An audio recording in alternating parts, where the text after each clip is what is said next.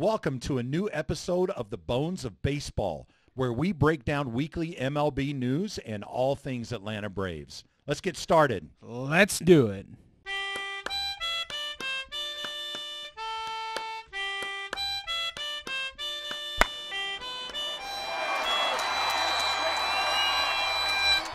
Jackson, tell me you're not proud of that introduction, that musical introduction that you composed and played for our introduction.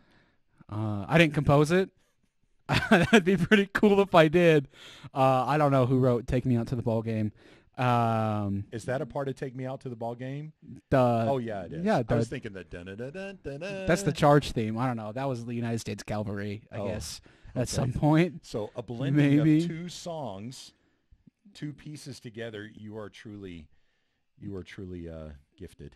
Oh, in the musical realm. thank you. Does it make all those music lessons that you paid for a little bit more justifiable? No, but yes, at the same time. Oh, I appreciate it. That makes me feel good. Yeah. All those hours spent in a damp practice room, I'll take it. Okay. I'll take it. So what are we talking about today? Well, This is our first episode. yep. First episode. I thought we would take a couple minutes and we would talk about why we are Braves fans.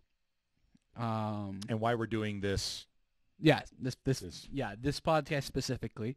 So, as the elder, Yes, I am. and the old man, I would like to give you the honor of talking about why you are a Braves fan in a minute or so, and then I will go, and then we will continue on Okay, from there. that sounds great. Thank you, son, You are welcome. for turning the time over to me. Yes.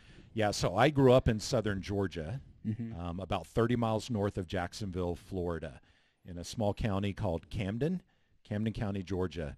And this was back in the very early 80s when the Atlanta Braves were owned by Ted Turner. Mm-hmm. And like many Gen X people who watched TBS, they would watch Atlanta Braves baseball as well. My favorite player at the time was Dale Murphy.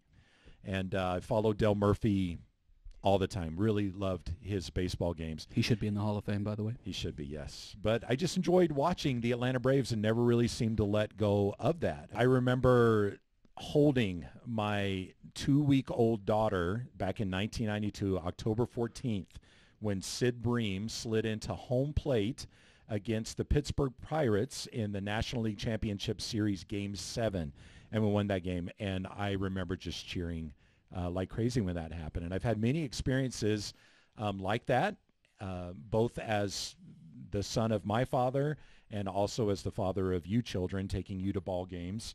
And I don't know, it's not like I tried to make you guys Atlanta Braves fans, but some of you it stuck onto, and especially you. You're not only an Atlanta Braves fan, you are a fan of baseball much beyond myself. Dare I say I'm a bigger baseball fan than you. I think that's what I just said. Well, you got to be so mean to me, all right? Jeez, trying to add to the conversation. Go to your room. We are in my room. All right, that's besides the point. True, we are in your room. My old room. I don't live at home anymore. Okay. You don't live with your parents? No, not anymore. As soon as I could, I was out of here. Close enough to maintain a relationship, but far enough away to not have to do chores for you guys. All right. So what about you, Jackson? Where did your drive and thrive for baseball come from? That's actually a really good question. And I mean, I guess I asked it to you in the hope that you would ask it to me as well. So I don't know what I was expecting. Done. But I don't know. Yeah, I just always remember you in your office and you'd be doing stuff for Mom's Dad's studio, and you'd have the baseball game on at the same time. And I'd come in and I'd sit next to you. Like on the counter, and I'd watch on your computer screen all these baseball games. And that was when like Craig Kimbrell was first getting called up. Jason Hayward was still on our team. Freddie Freeman, Chipper Jones, growing up with Chipper Jones. And of course we got to go. We were privileged enough to go to a couple baseball games, in Arizona, especially because Grammy and Grandpa lived down there. And just growing up and watching those. And I remember there were a couple years when the Braves were really, really bad, like 2013, 2014, and we stopped, I think that's when you stop paying for MLB TV subscription, because they lost like 50, 60 games that year. They only won like 50, 60 games that year. And I just remember kind of forgetting about baseball for a little bit. But then in 2017, that's when Ronald Acuna, Dansby Swanson, Ozzie Albies, all the guys that make up our core right now, except for Dansby Swanson and Freddie Freeman, of course, rest in peace. They started getting called up, and then I remember we were coming back from school one day, and you look back in the rearview mirror, and you're like, "Oh, Jackson, the Braves are going to do great things this year," and that was in May or June of 2017, and since then, 2018, it's a great team. I remember I was working at McDonald's when.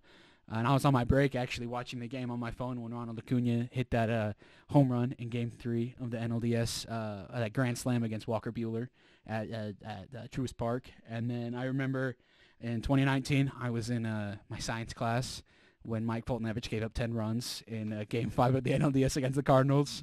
And I remember my English teacher was like, "What's wrong?" And I was like, "You wouldn't get it." and then in COVID, everything was shut down. And there wasn't a whole lot to do, and so I started listening to a bunch of old ball games, old recordings, old like clips and stuff like that. And I just got really into it. All these extra stats and all these old players and all trivia and things like that. And I couldn't get enough of it. And then when the season started, eventually, I think it was at the end of July in 2020. I just couldn't be more excited. And then when the Braves got eliminated early, because we choked in the playoffs, that's all right, we don't talk about that. I was super disappointed. And then 2021 season came around, and then we ended up winning the World Series. And I remember when that happened. You and I are watching just almost every game in the playoffs, and just how excited we were, and how our emotions went up and down. And I think that's when I realized this is the best sport. This is the best sport in my mind. I just can't get enough of it now. And Mom got tired of us talking to other people, talking to each other in front of her. She was like, go do it somewhere else. So now we're talking about it in front of all you guys. So enjoy. This last week, we came out of the All-Star game. We played the White Sox. We played the Diamondbacks and played the Brewers. What did you see during those series, Jackson? Well, for as much smack as I'm talking about the Braves are the best team in baseball, sometimes this week they did not look like it. There were some great games. The first game back into the All-Star break, Charlie Morton went 7 strong innings, and our offense showed up strong. We won 9-0. It was a shutout. And there were some other games. Pitching was great, offense was great, but then over half the games we played this week, lost 5-6 to the White Sox. Tons of errors defensively. Lost 1-8 to the White Sox. Tons of errors defensively. Pitching didn't show up. Offense didn't show up. There was that game against Arizona where we lost 13-16, where our bullpen just got shelled. Bryce Elder had another bad start. Offense showed up, but it just wasn't enough. We gave up 16 runs. Next game we lost 3-5. There was more errors. It became tied for our longest losing streak in the season. We were able to win the next game, but even then it was 7-5. Way too many errors. Spencer Strider struggled again, and then we won 2 of 3 in Milwaukee, which was great. It was our first series win since before the All-Star break, and we really needed that. But yeah, there were some good things and there were some bad things. I think it's just a week that reminds us how human every team is in baseball, even one that's been on fire as the Braves. Yeah, that's a good way to put it. A human team. Yeah. I agree that Charlie Morton pitched well in that first game, and he's been pitching really well all season. I think he's having a better season this year than he did. Oh yeah, than he did last year. So he pitched well. I agree about the errors. There were some kind of goofy things that were happening, like even in single games. It's like, what's happening? Yeah. The fielding isn't very good, and it got pretty frustrating. Yeah, it's with people that you wouldn't expect throwing the ball away. Sean Murphy, Matt Olson. These are guys that have won Gold Gloves, and you're like, where are you guys throwing the ball at? Come on, like you're throwing in the outfield now. What's funny though is even at our worst, and I say worst, which really isn't that bad. I guess just worse than losses. That there are even still new records or new stats to talk about, you know, specifically Austin Riley Yeah. and what he was doing during the Brewers series. Mm-hmm. Yeah. Austin Riley was doing great. I think he tied the franchise record for home runs in consecutive games. And his July numbers are crazy. I don't have them off the top of my head, so if you guys are curious, go look them up. But like 61 games in July, he's batting almost 400 with almost 70 RBIs in his three seasons of hitting in July. Absolutely bonkers. And it's funny because that's when he got his contract signed, was last July. So I think he gets rewarded for being the hottest player alive in July. But going to records too, yeah, Spencer Strider set a MLB record for when the mound was at its current distance, so I think 1893, for most strikeouts in 40 starts. And I feel like every time he takes the mound, it's like, oh, Doc Holliday's setting another record. There he goes again. There he goes again. Every single game. Yeah, he's pretty exciting to watch too. And one of the things that I noticed too is how frustrated that we were getting because of the losses that were happening. I mean, we haven't seen these kinds of series losses by the Braves since May. And so we were getting frustrated about it because they've just been playing so well. And prior to the All-Star break, we were hearing announcers just every day talking about a new statistic, a new franchise record, or that they were approaching, or that they reached, or crazy things that were happening as far as new stats in the MLBs that were just awesome.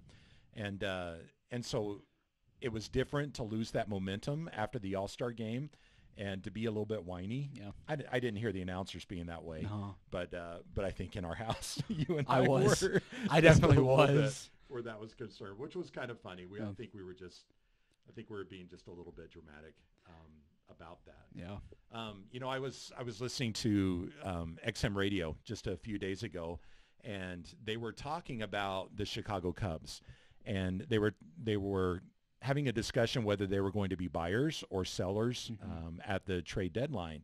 And one of the stats that they were talking about with the Chicago Cubs in talking about their players was OPS. Okay.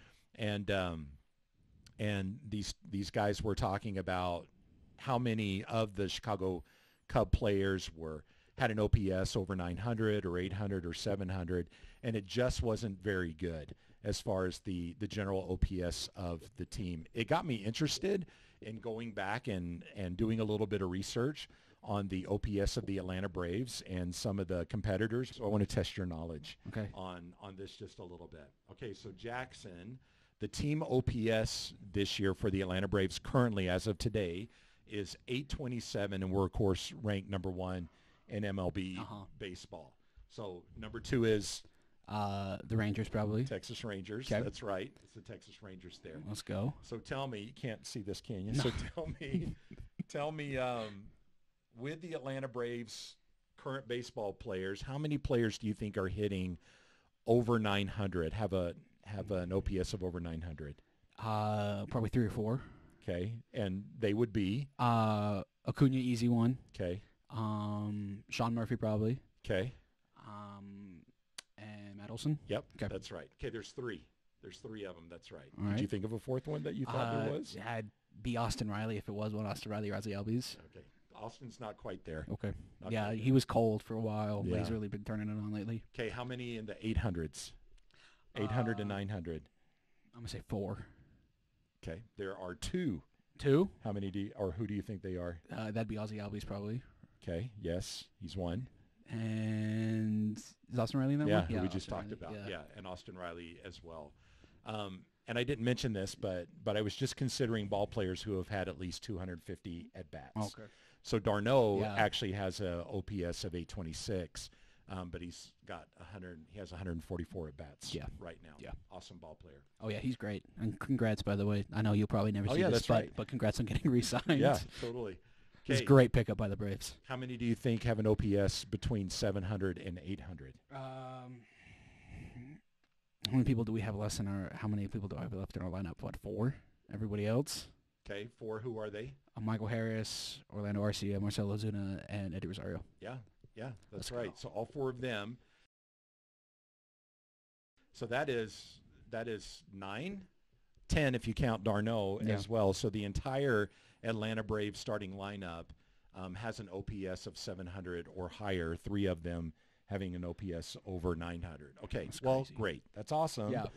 And, I'm sure that the super fans would look at that and say, man, that's incredible. But Yeah. for me, I got to compare it to other teams as well. So let's look at the Phillies and Marlins, Okay. who are both 11 and a half games back from the Atlanta Braves in the same division than the NL East. And let's see where they are. So with the Phillies, how many players do you think have an OPS over 900? I'm gonna say their big 3: Harper, Schwarber, and Castellanos, probably. Okay. Harper, do you think does he have 250 at bats at this point? No, probably not. Not yet. He'd probably be super close, like right on the edge. Okay, there are actually none of the Phillies ball players have an OPS over 900. Really? So if there's none that have over 900, how many do you think are between 800 and 900? Bryce Harper doesn't qualify yet, right, for these? No. 2. Okay, who do you think they are? Same answer, Castellanos and Schwarber. Okay. No, not Schwarber. Schwarber has a terrible batting average. I just realized. Yeah, I'm just gonna go with Castellanos then. Okay, it's Brandon Marsh. Really? He's the guy. He is the only player. There's only one that has an OPS between 8 and 900. Wait, and it's Brandon Marsh? Brandon Marsh. No offense, Brandon Marsh, but you think with some of the other thumpers on that lineup, wow, good for you. Okay, and then 700 to 800. So you've only got one so far with 800 or 800 higher. above, yeah. Shoot, I don't know. 1? Castellanos has to be on there somewhere, right? He was an all-star. Okay, there's actually 6. Oh, okay. There's 6 players with an OPS of 700 to 800. Bryce Harper is one of the 6. He's got Okay. 244 at bats, not quite at the 250 mark. So they have a team OPS of 737, and they're ranked 12th Okay. in the MLB. So that's what a 12th ranked team looks like compared to the number 1 ranked team Like in 12th down or 12th in up? OPS, 12th down. Okay. Okay. And then the Marlins, who are tied with the Phillies, they are ranked number 18 right now in the MLB Mm-hmm. for OPS. How many do you think have over 900 OPS? Well, I know Luis Arias does because he's batting like 380 right now, I Yeah. think, probably, so he's up there. He's actually the only one. Oh, really? Yeah, he's the only one that has an OPS over 900. It's actually 901, so he's just right there. He's just right He's there. clipping it. Okay, how about between 800 and 900? Jorge Soler is like 20 home runs or something, so I think he's Former right Brave. there. By him. Come back, please. He was awesome for us He in was the World awesome, Series. yeah. Okay. So he's one. Anybody else that you can think of? There's actually. Oh no, there is only one. There's only one. Jesus Sanchez only has 209 at bats, but he's at 801 Okay. with his OPS, so doesn't quite qualify. Wow. And then 700 to 800. I don't know, probably 3. 3. Okay. Does Jazz Chisholm have enough at bats? He doesn't. No. Okay. Well, I'm just gonna start naming people off from their lineup. Cooper, Garrett Cooper. Birdie, Yep. John Birdie. and not Stallings. He's their catcher, and he's not very good offensively. And not De La Cruz, not Soler. Not Sanchez. It's De La Cruz. Oh, it is De La Cruz. Yeah, Okay. Brian De La Cruz. He's got an OPS of 747. Jazz Chisholm has an OPS of 745. He has 167 at bats. He's apparently been injured. Oh yeah. Yeah. Yeah. That just shows you how good Miami's pitching is. That they have like Yeah, good point. the mid offense, but they're tangoing with the best in the National League. Yeah, It's just, and especially with Alcantara and how bad of a year he's having, their pitching is just off the charts. So Yeah. good. I think it's awesome that the Braves just again have their whole starting lineup between 7 and 900. 5 of them above 800. Yeah. Where, I mean, you can kind of understand just by this statistic that the Braves have to be a really good Offensive team. Offensive team. Yeah. Let's go the complete opposite and look at the Oakland A's, who have the worst record in baseball right now. Great. They're ranked 30th in OPS. They have an OPS of 658. Oh, that's gonna hurt. How many above 900 do you think they have? 0. 0, 800, 0. 0, and 700. 3. Okay. Who do you think? You know him well enough? Shea Langoliers, because he was a Braves prospect that we traded for Matt Olson. Thank you, by the way. Is he on there? Not above 700. It's Brent Ruker Yeah, at I was gonna say 799 and him. Ryan Noda at 793. Shea Langoliers is between 6 and 700, as well as Jace Peterson and one other player. So they've only got 5 players with an OPS over 600. Wow, That hurts. that does. That hurts a lot. You can My heart goes out to you, Oakland fans. You guys deserve better. kind of see why they're ranked 30th in OPS. But it's okay to pick on them just a little bit because they took 2 or 3 from the Braves in that recent series that they had together. Yeah, I was gonna say when you were talking about worst losses since May, it's gonna be like since the Oakland series. That was pretty frustrating. That was really like bad. totally just waiting for the Braves to go in there and Or pick like, up 3. I know, it's like, okay, easy sweep. Let's get some more games up. Oh, we lost 2 or 3. Okay. Yeah. Not that I dislike the Oakland A's from what I'm anticipating. They're going to come and play in Las Vegas. Is that right? Yeah, I think they're signing I think they got the grant and stuff, everything, so they're just probably going to start construction soon. So there's another team that is that's about 10 hours away from us. Yeah. Gosh, that's awful. That's how close we are. And also just to throw out there, let's shout out to our former Atlanta Braves players. Freddie Freeman has 390 at-bats with a 997 OPS. Dansby Swanson, 333 at-bats with a 762 OPS. RC is a little bit higher, about 20 points higher. Yeah, and I was gonna say when you're talking about OPS, how high we are, and I was gonna say that was without Dansby Swanson. You know, with like I remember at the beginning of the season when we didn't sign any of the big shortstops. You know, Trey Turner, Dansby Swanson, Xander Bogaerts, or Carlos Correa, and we had Vaughn Grissom, but we sent him back down, and when Alex Anthopoulos said we're gonna go with Arcia, I remember me included. We were like, what the heck? What's he doing? But he just proves that he's smarter than us because Orlando Arcia has been tearing it up all year and making 15 to 20 million less than Dansby Swanson is a year. Absolutely crazy. He's been playing great. And probably the biggest discrepancy with trades is William Contreras. Oh, yeah. He's got a 783 OPS, and again, Murphy's got over 900. Yeah, Darno has over 900 too, and he's our backup catcher, He's right? over 800. 800, yeah, so his is even higher too. So, yeah, pretty awesome. Absolutely I enjoyed bonkers. looking at those stats and comparing those. Thought they were pretty good. Yeah. What do you think about going back to the week, a wrap up of the week that just finished? Thinking about some of these new players that we were able to see for the first time for the Braves. What stuck out to you there? I thought it was awesome. I know we had Forrest Wall, right? He came up and got pinch run for and stole both bases, stole second and third. That was really fun. And it's just like he's like, I've got one chance to make an impression on the ball club, and I am going to take the best use of it that I can. And that's the best attitude to have. I will never ever be blessed to play in the major leagues, but if I did, I'm going up there and I'm swinging at every pitch. I'm doing my best to try to get on base, and if I do, I'm stealing. I don't care if I'm super slow. I am just doing as best as I can, and I feel like that's the best attitude to have on this ball club. Yeah, he was fun to watch. I know. I can't remember if Albie struck out or if he flied out or what happened there to end the ball game, but with Wall right there, standing off of third base and the catcher for the Brewers losing control of the ball just for a second. The ball rolled away. Boy, that would have been so fun. Almost tied the game. That would have been crazy. I know Wall was probably itching just to try to steal home. That would have been, that would have been awesome. Yeah, see something like that. And I remember we had Daysbill Hernandez come up too. Was it the last game we played in Milwaukee? Sundays or Saturday? Yeah, Sundays. Because we won that game. Yeah, and I think he actually got the win. Oh, did he? I didn't think know so. that. I think it was. I'm pretty sure it was him, and he came up and struck out the side, and that's what he's been doing all year in the minor leagues. Just came up and struck out the side, which was awesome. Our entire pitching staff's been absolutely hurt this year. We have the most pitchers on the 60-day than any other team in baseball. So let me ask you a question, because as a casual baseball fan, so I know there was a base hit that somebody made against him during that inning, and you said he struck out the side. Can you still strike out the side when somebody gets a base hit? As up for debate, like 80% of ball players say that, that's striking out the side. But, then there's people like Max Scherzer, who's absolutely insane, and I'm never going to get in an argument with Max Scherzer about how baseball should be played. But he says that you have to strike out the side 1, 2, 3, nobody on. So it just depends on who you ask. Me personally, I think it's cool to say strike out the side whenever someone gets 3 strikeouts. You can load the bases Will Smith style and still strike everybody out. And I'd be like, yeah, let's go, strike out the side. Will Smith style. Okay. And then, we had Darius Vines come up too and get that spot start.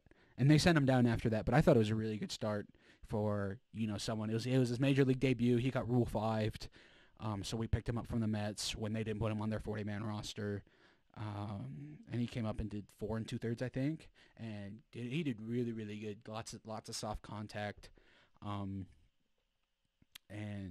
we needed someone to eat up innings, and he did. And I think it's great.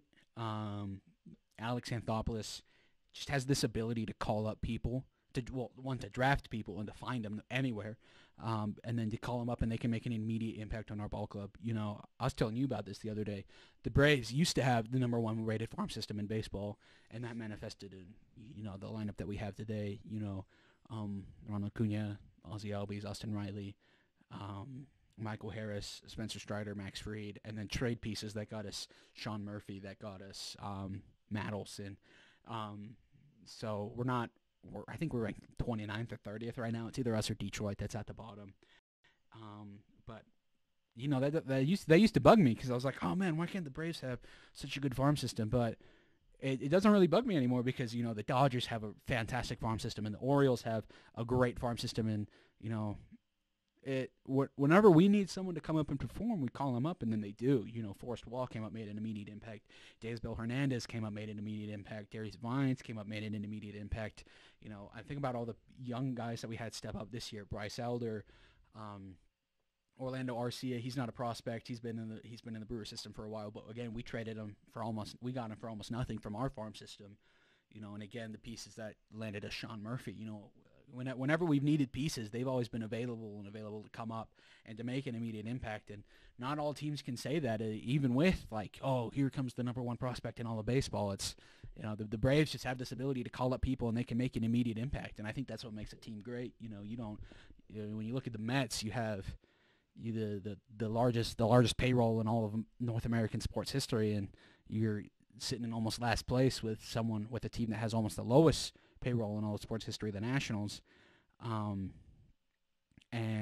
the Mets have a team of veterans that they arguably overpaid for. Max Scherzer, Justin Verlander, Starling Marte, and then compare them to the Braves, homegrown talents. But then we also have people like Charlie Morton, like we talked about, that are veteran players that we're paying a good chunk of change, but they can come up and make impacts for our teams, and they can be consistent. So there are definitely different ways to run ball clubs, and again, they're people, owners and general managers are a lot smarter than me. Otherwise, I'd be in their seat and they'd be in my seat. But I think the way Alex Anthopoulos runs this ball club, Shohei Ohtani is going to be a free agent soon. And I think Shohei Ohtani is going to be in one of those contracts where it's an owner's like, here's a blank check, you write as much as you want on it and I will sign it.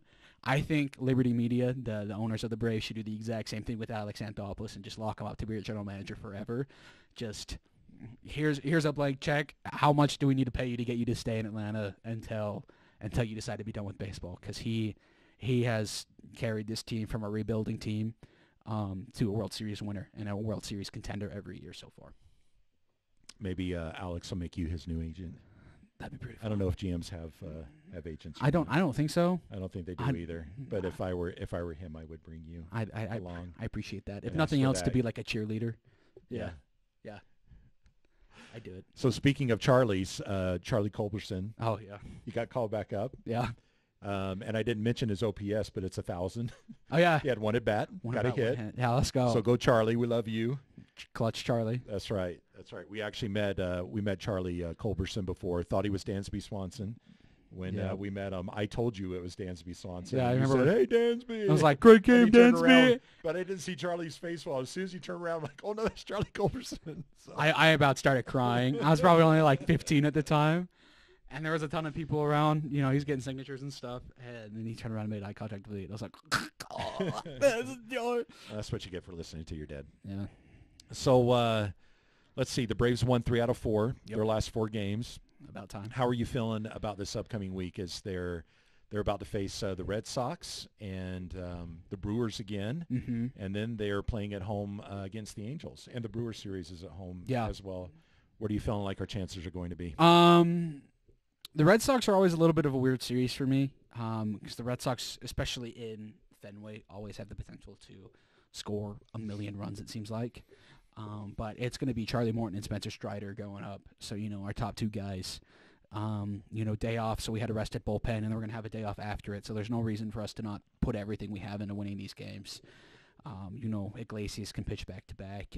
Ben Hiller can pitch back-to-back. We can throw out our A lineup and really, really try to win these games. And then Milwaukee series is Hank Aaron weekend, and I always love Hank Aaron weekend. They're going to bring Billy Aaron out, Hank Aaron's wife. And, I always love listening to her. She tells great stories about Hank and just how incredible he was, the runs that he went on. And I love the City Connect jerseys, so I always like seeing them out and just what they mean with Hank Aaron. So I'm excited for that. Milwaukee's got great pitching, but, we took 2 of 3 of Atlanta's in Milwaukee, so let's see if we can take 2 of 3 or take a sweep in Atlanta, just win the series. And then the Angels series, of course, we'll be in the middle of that next week when we put out our next episode. But the big question will be, will Shohei Ohtani be on the Angels roster when he comes to Atlanta? What do you think? I think he'll be. I think he'll be in the locker room, and I think his coach will walk up to him and say, "Shohei, stop changing into your uniform.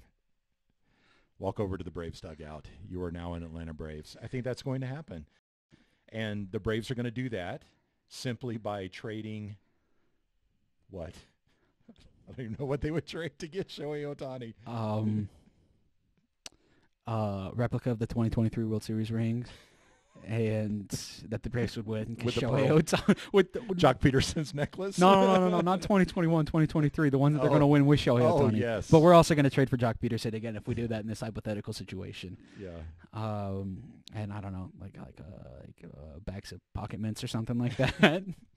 Sounds about right. I might take that. I'd make that Shohei. Or does that Ohtani send a trade. negative message to him, Shohei? I don't know. It's whatever Artie Moreno wants to do, and who knows what's going through his head right now. I will say I'm excited for the trade deadline to be over. One, because I'm excited to see what rabbits Anthopoulos can pull out of his hat. But I'm also excited for Shohei Ohtani trade rumors to be over.